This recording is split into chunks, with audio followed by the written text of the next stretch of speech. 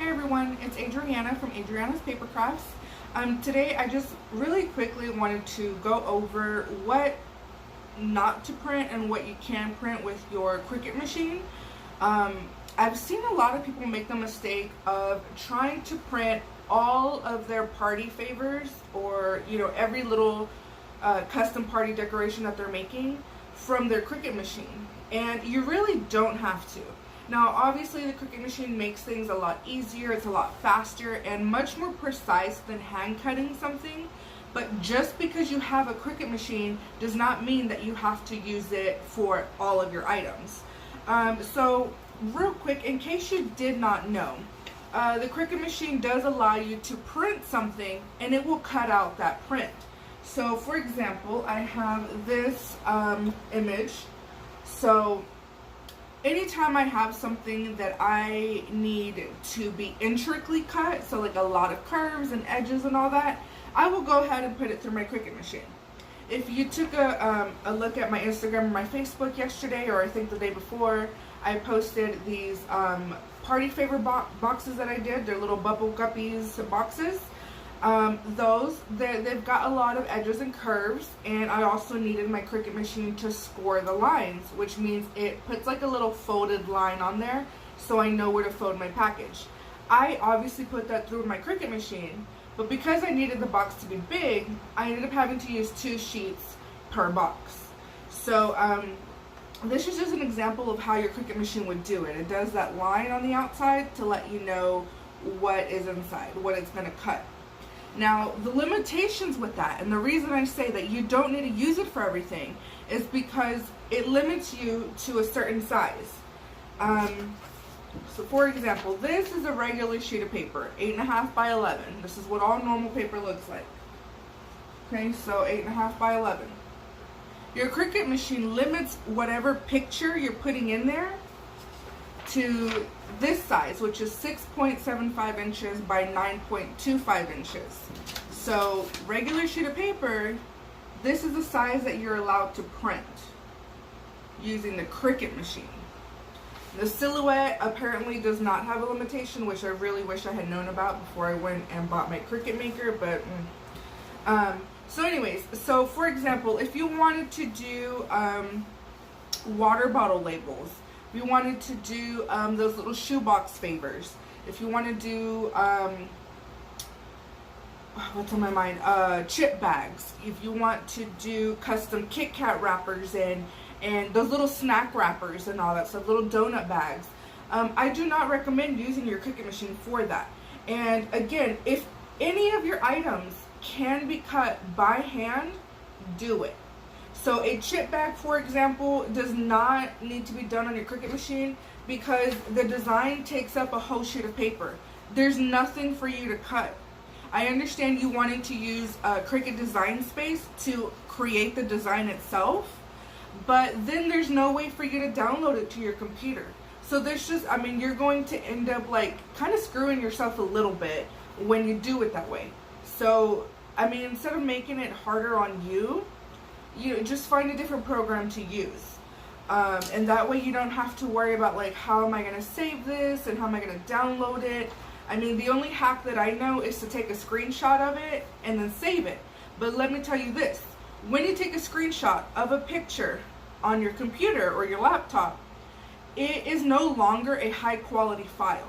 So when you print it, it's not going to come out as high quality as it would have if you had started with a regular program to begin with. So if you really do want to do it that way, you can. It's a way to cut corners, but I just don't recommend it. And let's say if you're going to start making this to charge people, don't do that, because it's just not a high quality way to go about things. So for example, my water bottle labels that I do, I print them 5 to a sheet. I print them all the way to the edge, and then I make sure to set my printer settings to borderless so that it doesn't make them smaller or anything like that. And then all I do is I take my paper trimmer and cut straight down the lines, because they're perfectly straight lines. There's no intricacy, there's no curves or edges or anything like that. But you don't have to use this. You can use a pair of scissors too. I promise you, like, it's gonna be okay.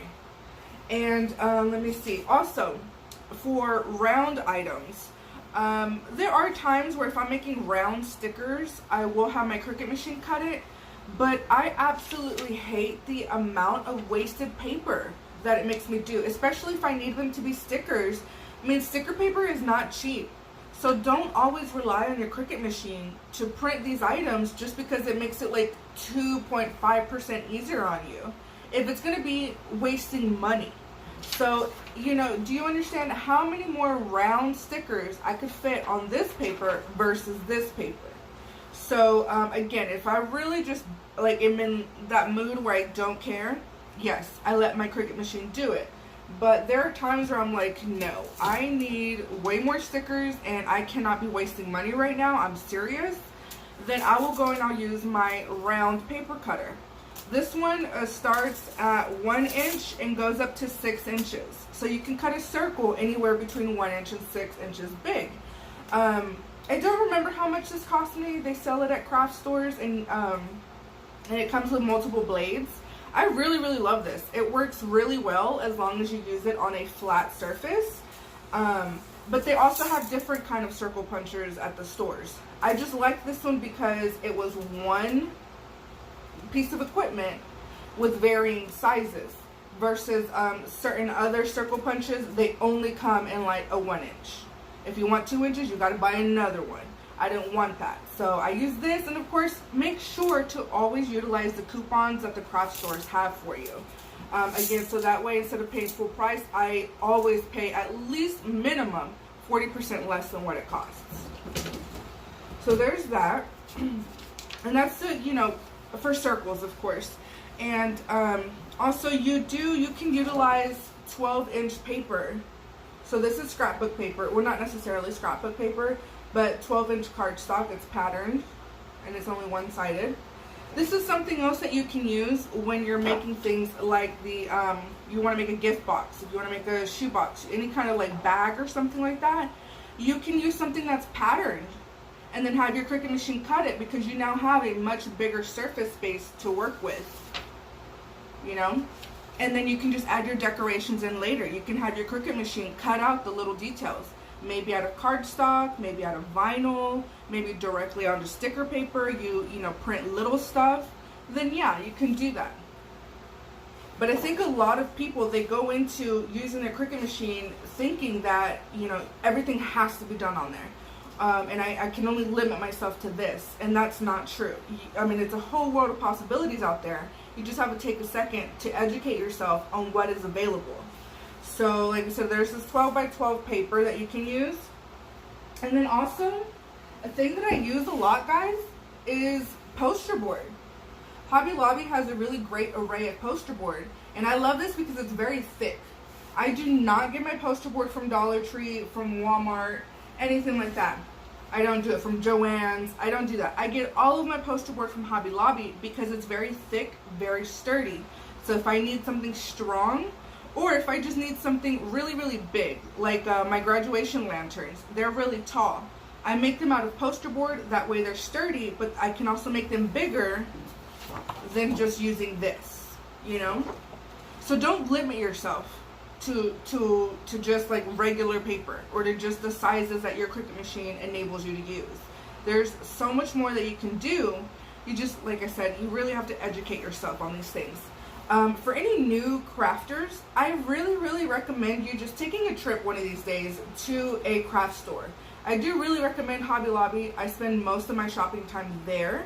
But again, you could get distracted with all the rest of the stuff that they have, like home decor and fabric and all that. So be careful. But Joann's and Hobby Lobby, Michael's is also really good. I just feel like they don't always have enough variety, and so that's why I always go back to Hobby Lobby. But I say just take, you know, half an hour to just stroll the store and really see everything. You're gonna find that they'll have in one part of the store, you know, glitter scrapbook paper, which is again like this size, and then you'll find in another part of the store they have it in a bit of a bigger size for just a little bit more. So again, now you can make something out of gold glitter and it's bigger, so you have more workspace. So now instead of having to decide like, oh, I have to make my thing really small because I have such a small space to work with, no, like you now have something bigger. So, and you know, don't limit yourselves. Take a look to see what's out there. Always look at other videos to just kind of get some inspiration. Check out Pinterest. Check out Instagram. There's so much inspiration on there, you know? And then again, if you guys have any questions or anything like that, just leave them in the comments below and I will get back to you. And then if you're not already, be sure to subscribe. Make sure to follow me on Instagram and Facebook. And for more tips and tutorials, you can also follow or join my Facebook group, which is Adriana's Paper Crafts group. And I always answer questions there as well. So I will see you guys next time. Bye.